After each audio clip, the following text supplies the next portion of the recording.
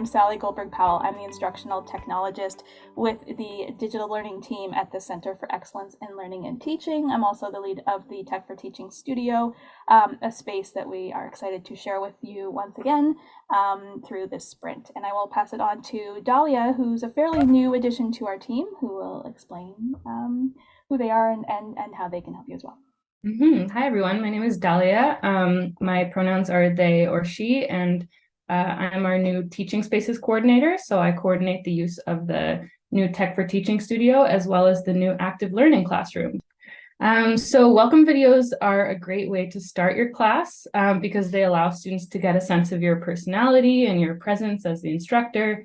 And a video is usually or often a more effective way to communicate personality than text or writing. And so a welcome video can make a strong first impression to your students by allowing them to get a sense of who you are and put a face to a name and getting to see your personability.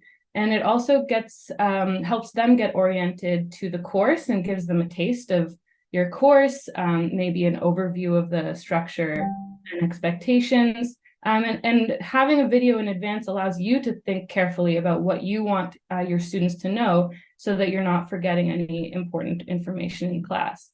Videos also tend to be shorter in that sense and more concise than when you're delivering that same information live in class. And it can help animate your course from the outset and set kind of the foundation for an animating course throughout. And if you provide a welcome video to your students in advance, then it establishes a welcoming space and a connection from the outset, and it also frees up time in your class for more community building or dialogue, opportunities for your students to share about themselves and their own expectations coming into the course. And so you can also use that class time to connect with what you introduced in the video, interactively engage with some of the ideas or reflect on the ideas that you presented in the video during your class time. And it also increases the accessibility and usability of your content. And so you can include a script in your video that can easily be uploaded as a transcript. And that can allow different ways for students to access the content based on their learning styles and preferences. It gives them flexibility to revisit the material at their own time throughout the course and allows those who missed a session to get caught up. And so you're also supporting UDL learning by diversifying how you're engaging and communicating ideas. And depending on your course, you could also this could also be serving as a model for different kinds of assessment options that you have available for your students to choose from, such as creating a video. And then finally, recording a video also means that you can reuse and re-edit your video in future semesters. And so it can increase the lifespan of your welcome. And so you don't have to repeat yourself.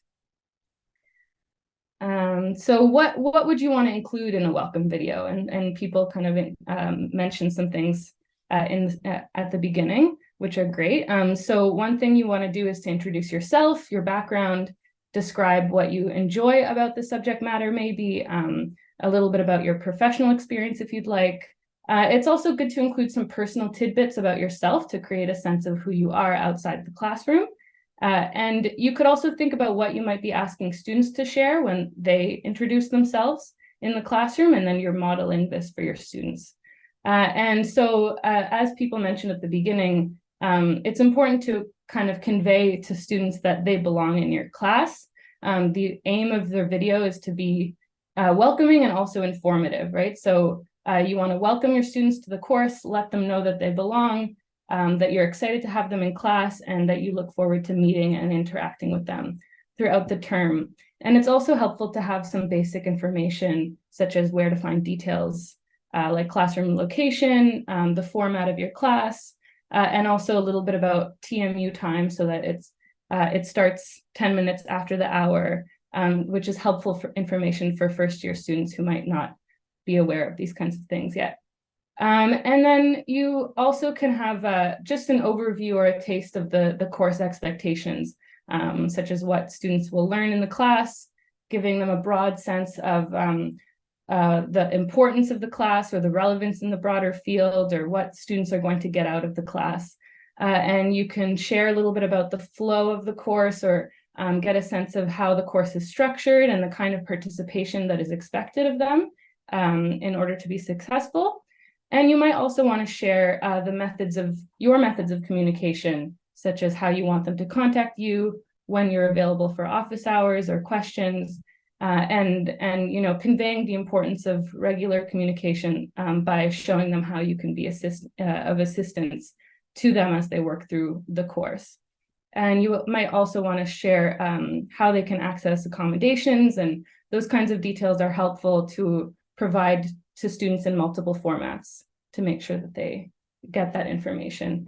And it's also a space where you can give a kind of a tease to the first class, so you can get students excited and ready for class by giving them a sense of what the course is going to be like, what the first class is going to be like, guiding them in where to start, and maybe launching an activity that will be taken up in class, in your first class. And overall, it's just an opportunity to show them your passion and your enthusiasm for the topic, and to get them as excited and interested as you are. And so in terms of things to avoid, it's good to avoid any information that is going to date your video, such as specifically identifying things like the semester, the course location, or the year, and that's going to limit the ability for you to reuse your video in future classes. And you also want to avoid reviewing your course outline or your syllabus week by week and going into detail. Too much detail will also limit your video from being usable in the future if you make any changes to your course design. And you want to just kind of focus this video on giving your students a taster and keeping it short and sweet and welcoming. So you also want to avoid jamming too much into your video. Keep your video just a few minutes. You can always make more videos featuring different aspects of your course content or your design.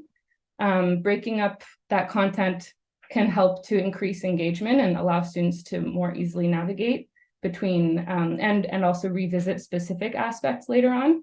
And also some information might be better suited for another delivery format. For example, weighing an assignment, the weighting of an assignment might be easier to view in a table.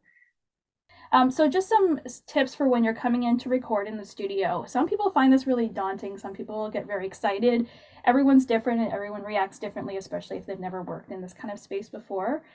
One thing to let you know and to anticipate is that it's a very small space. This isn't on my slide, but just be aware it's a pretty small space, and it's and as we mentioned before, it is able to be flexible and change into different setups. So that's why we're hoping that after you've booked your time, we'll get in touch with you and just find out exactly what you're looking for to make sure that we've set up ahead of time. And we're going to try and keep it simple for this sprint so we can get as many people through as possible. So it'll either be a green screen or probably a dark black background. And that way, and we can always change the color of the green screen to being a white background for you. So you're on white, but we use our green screen to make it happen. And that way we don't have to swap around different setups, and we can get more people through the space. All of that said, the one thing you'll also want to do in preparation of coming in is to share your script and any other materials you'd like to use with us. So if you'd like to have a background that changes while you're presenting and you're using the green screen, we can do that and record it and give it to you right away. You can create a background for yourself that has your slides, or think about if you make slides and you do it in a way where you can stand on one side of the screen and you just make yourself like a Google slide deck or a PowerPoint or whatever, where your text is only on one side of the screen, then there's room for you and your text at the same time. And then we can just actually make that possible to be playing beside you while you're there. So that's something we can do. But just make sure you give us all those materials prior to your appointment. Be sure to practice before you arrive so you can be as ready to go as possible. So feel really confident and comfortable with your script. We do have a teleprompter, so we'll look into making sure that we have that up and running as well for when you come in, and that's why it's important to give us your script in advance so we could preload it, and that will make things go smoother as well. Bring water, something to drink, because when you talk that much, you end up wanting something to drink. So be sure to bring that with you. We also suggest wearing muted colors, especially when doing things on a green screen. It works better to not be wearing bright white or black. Another thing I didn't mention here is if you are able to wear your hair in a smoother way so that especially if you're someone with curly hair, Sometimes the little details of that can be difficult on a green screen. So keep that in mind if you're comfortable doing so. We don't want folks to look completely different than who they are, and we'll do our best to work with whatever hairstyle you have. But just to be aware, there might be difficulty making the green screen work with certain types of hairstyles. And muted colors, also I should mention, if we're using the green screen, don't wear green, because what the green screen does is detects anything that's green in the shot, and will wipe it out. Another thing is if you wear a bright yellow, it sometimes will interpret that as the green as well. So I would suggest avoiding green or yellow. And be prepared to take a few takes. Like, we're expecting that we'll take you 3, 4, 5, 6, 7, 10 times to get it right, and don't feel guilty. Don't apologize for that. That's part of the idea. We're booking, I believe, are we booking 20 minutes with 10-minute blocks in between? Is that what we set up? Dahlia, I'm trying to remember what we actually set up, or maybe it's 30 minutes with 10 minutes in between. I can't remember. I think I remember 45 minutes. Oh, even better. Yeah. Yay. Okay, 45 minutes with a 15-minute buffer. Whatever it is, we've booked you in for way more than 2 minutes, which is what your video is supposed to be. And that's because we know it's going to take a few times to get it right. And even if you get it right the first time, we'll let you do a few more, so you have a few to choose from. So that's just our last note, is that a lot of people come in and apologize for not getting it right. And of course, like, nobody gets that. Very few people get it right on the first try. And when they do, it's a very exciting surprise. And that's part of the reason we start recording from the first time you present, because you never know. The first one could be golden and you don't.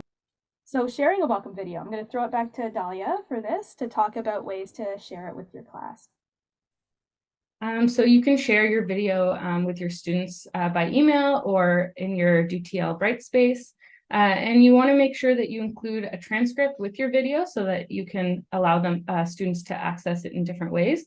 And it's also helpful for your video to include closed captions if so that you can so they can follow along if they need to or if they'd like. And you can do this by following the guide that we've linked here in the slides. And think about what other information that you might want to share alongside your video, such as specific links related to your course or learning resources. The idea is to alleviate anxiety by giving your students some guidance that help them to work through the information or any questions that they have without feeling overloaded. And so one idea is to share your welcome video with a colleague or a former student or family member so that you can get their reaction and their sense of your video. So here's our guide again with all the links. If you haven't clicked on it yet, you'll see it goes through all the different steps, like some quick tips, recording, trimming, and sharing. And then at the top is the script. This will open up as a template for you. So you just make a copy of the template and then you're good to go. And notice that there's a lot of green writing in here. That's just all instructional ideas of what you could put in to customize this script if you'd like to use it as is. Or you can start there and then start editing it and changing it as need be. The one thing that we do say at the top is to try and keep this to 3 pages or fewer, and that way it will be a good length for a welcome video, and will ensure if you are using the studio that you'll be able to record it.